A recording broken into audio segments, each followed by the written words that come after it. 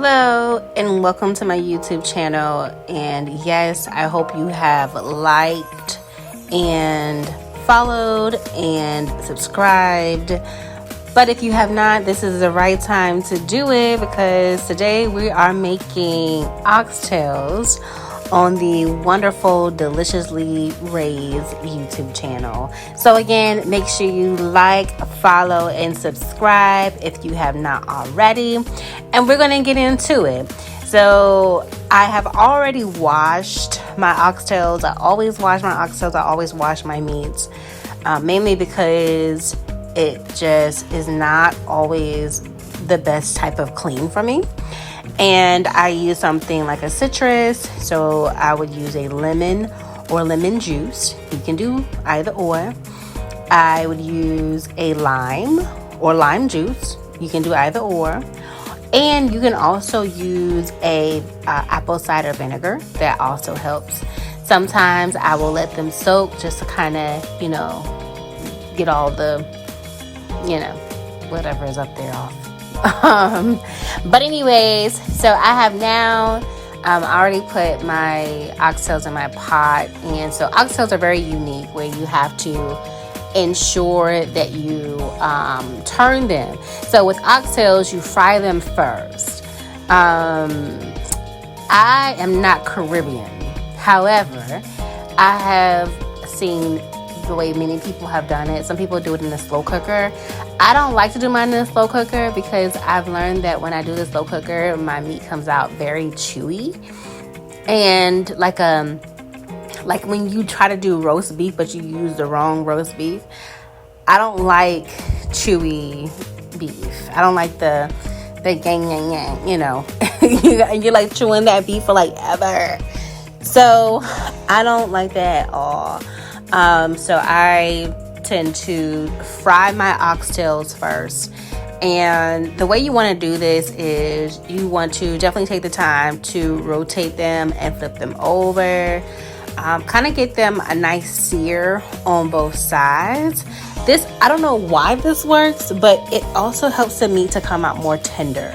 So if you can brown it, they call it browning. So you can also brown it on both sides. I use olive oil when I do these, and I fry and what have you. I use olive oil because olive oil is healthier for your body. And also it has a very high burning temperature, which means that you can fry for like a long time without actually burning the grease. So the keys ingredients I have already, as you can see, are already in the video. And one of the things that people don't know to use when it comes to oxtails is make sure you grab the allspice. Allspice is something that you would normally find in your seasoning aisle, but it's one of the most important ingredients. And so allspice gives it a more flavorful taste, or flavorful taste, and which it's like it's when you're seasoning like your beef and what have you, it's like that meat, it's like that sauce, that seasoning that you like, it really just kind of kicks it to the next level. So I enjoy using allspice for this. As you can also see, I did use some garlic powder, onion powder. I use Himalayan salt as well. Himalayan salt is better for your body. A lot of the ingredients that I cook with I pick them because they're better for your body. I try to stay away from items that are high in sodium, because sodium can cause high blood pressure. And so I have a phrase that says, if I have not cooked for you, then I do not love you. And I say that because I show people how much I love them through what I cook for them and how I cook for them. And for me, cooking for someone is one of my love languages. It's one of the things that I do to just show how much I appreciate that person's existence, their being, and why they are here. So as you continue to see in the video, I do use tongs to flip my meat because it's just the really big pieces. And if you do it with a fork, you're just going to struggle. So they're getting to a nice brown. This is like my favorite, get to like this part right here. And then some of them you may see like it may look a little burnt or what have you, but that's what you want. You want it to look like that. You want it to have a nice sear, almost like the way that you would normally do steak. So when you sear it, it doesn't cook the meat all the way, but it cooks the meat a lot of the way. So I like to have it that color, just like that, perfect, before I begin to add in any additional ingredients.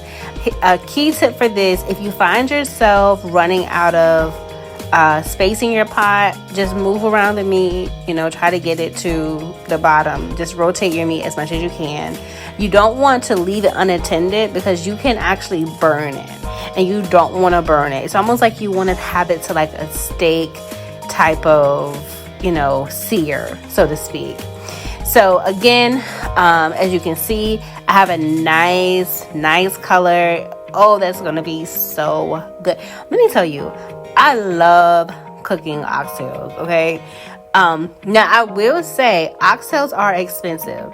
So for me to have 2 packs of oxtails, I think it was something close to like $50 or $60. These oxtails came from Walmart, and they're a little fattier than what I like, but I didn't just make this for me. I made it for, my family. And whenever I have leftovers, I always take over my leftovers, or invite people over and say, hey, I'm cooking a big dinner. You're invited to come over if you're in the area. If not, you're fine. I noticed that's something that we don't really do anymore. So anyway, they are getting more and more tender. Trust the process with this. Don't get anxious and don't get scared. So this is a celery, onion, and carrot mixture that I add in. You need all of the flavors, okay? You need all the flavors. This is a browning sauce. It does have some salt in it already, so you don't want to add too much because you've already added sauce. And then I just add some more ground allspice to give it a little bit more flavor. And I'm going to let that cook and cook and cook and cook and cook. You do add soy sauce to this. I know it sounds strange. Trust me on this. But don't add too much, because we're not trying to do, shrimp fried rice. We just want to give it a little more flavor. And so by the time I've done all that, I let it cook for a while. As you can see, it's starting to bubble up, and I'm now adding my beans because my oxtails are pretty much done already. I'm just adding my beans in there because how you gonna have oxtails with no beans? And so I mix them in there. I always mix the beans in because I want to make sure all the flavor of the oxtail get into the beans. And I just want it to be a seamless taste. So later I'm gonna have this over some yellow rice, honey, and peas, and baby, we're gonna be in there. But I love to cook. Okay, cooking is my type of space for creativity, and it's like an alternative to painting. I just cook for people. So I am mixing it in there. I'm turning them still. Eventually I'm going to take them out, and it's going to be yum. Okay, it's going to be delicious. You hear me? You listen. Watch the video again before you make it, because I want you to make sure you do it right. It do take hours though to make. But again, if you haven't already, make sure you like, comment, and subscribe, and let me know if you try this at home. But until next time, thank you for watching Deliciously Raised. We'll see you soon.